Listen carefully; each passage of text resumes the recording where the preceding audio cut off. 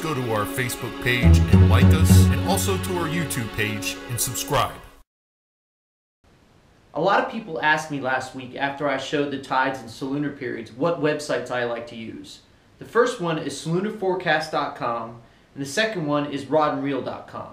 And then you click on the tide section up top and it takes you to tides for Louisiana, Alabama, Mississippi, Florida, and a couple other states. Of course, I picked Florida and I picked the section of where I'm looking to fish at. There's a tab down at the very bottom that gives you the alphabetical order. Click on that so it's easier to find your tide station. So that's what I use for my tide and solunar websites.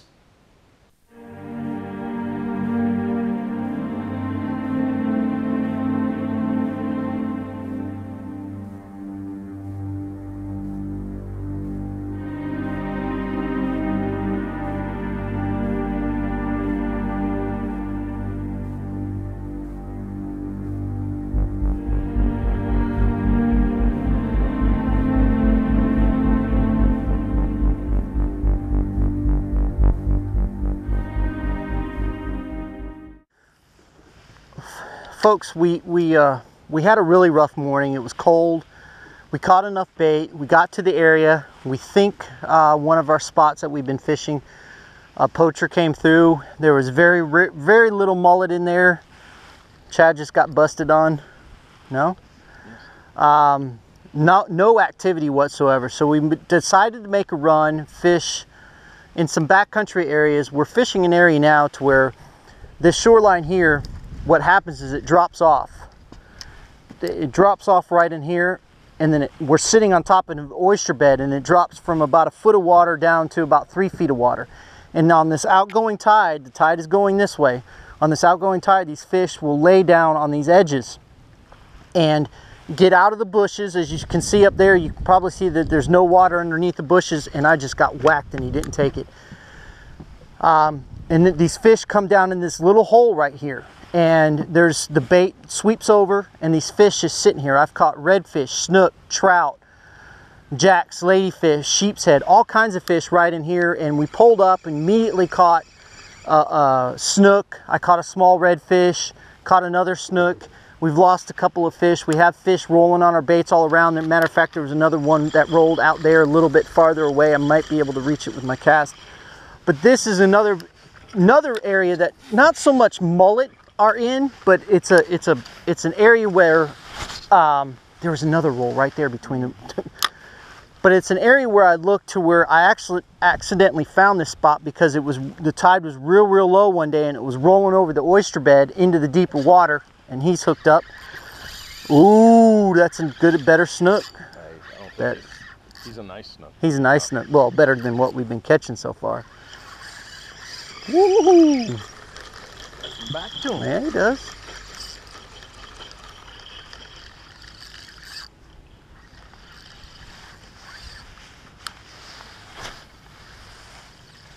You were using a bigger bait, weren't you? Yeah.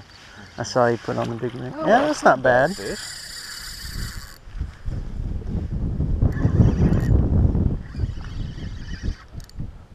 We did have a triple header. We caught two snook and a redfish. We've got Keith McGill on the boat today. But like I said, it started off slow, and we really believe that our spot was hit with, there we go. Oh, come on, Todd. And we believe we believe that it was hit overnight, because my friends who have been fishing around me today said that they saw the netters coming out of the water right as the sun was coming up. And then I could tell that the mullet weren't there, and so unfortunately I think they wiped that area out, which happens every season. But the fish make a comeback. But like again, I said, we switched to a different area and we started catching fish. It's in the afternoon. We caught 2 trout in the morning, so it was very tough, which I knew it would be with the high pressure, with cold water.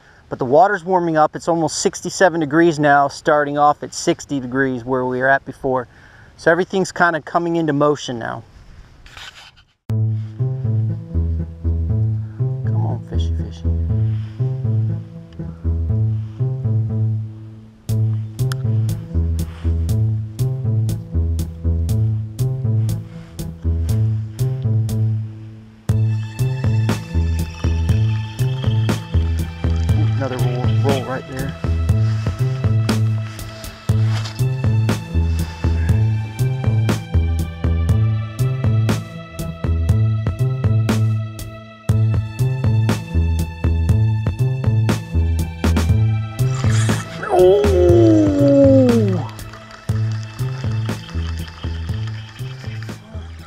got another one.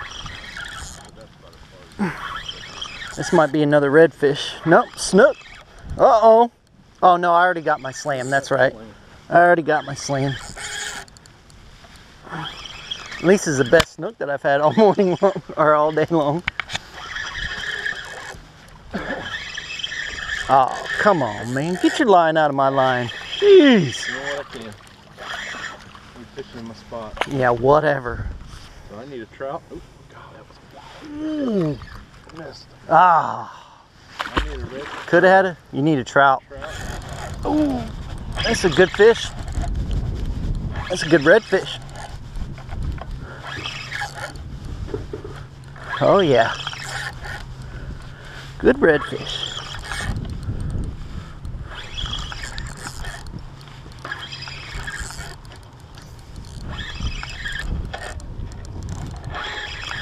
Eh, it's okay. Not bad.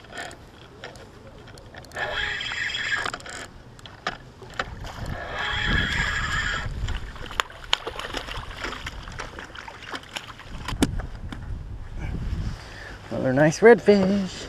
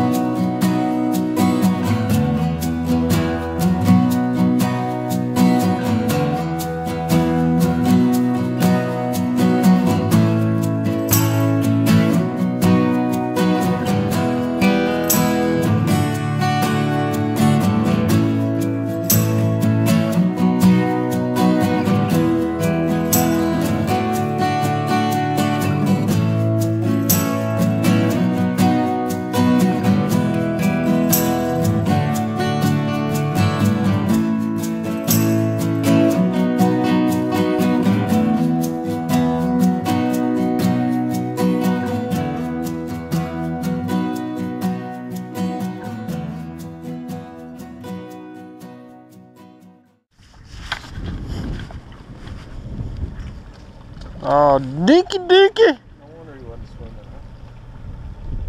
huh? At least it's a fish. Yeah, he's a little better than I thought he was. Just to kind of give you guys an idea, we've moved around quite a bit. What happened was we got into an area where we had a lot of freshwater influx, and it actually killed a lot of our bait.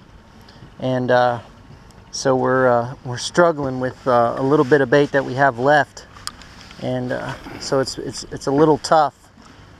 But we're still catching fish. But we moved to a creek area where the water flows coming through this way, and on this side of the creek it's real shallow, but on this side of the creek it's relatively, it's got a deeper trough that runs through here, and I think I've got one actually. No. And so it actually holds these fish, and I really like this one on a low tide like this, simply because they'll stack up outside of these mangroves here, and then as the tide comes in, they literally can swim through the mangroves out into the open water on the other side. No, he's still on.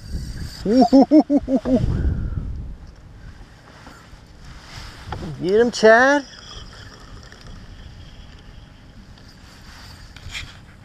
Come up here, buddy.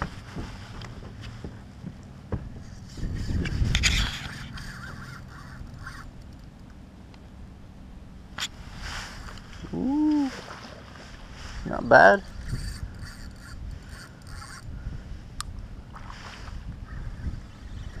Not bad at all.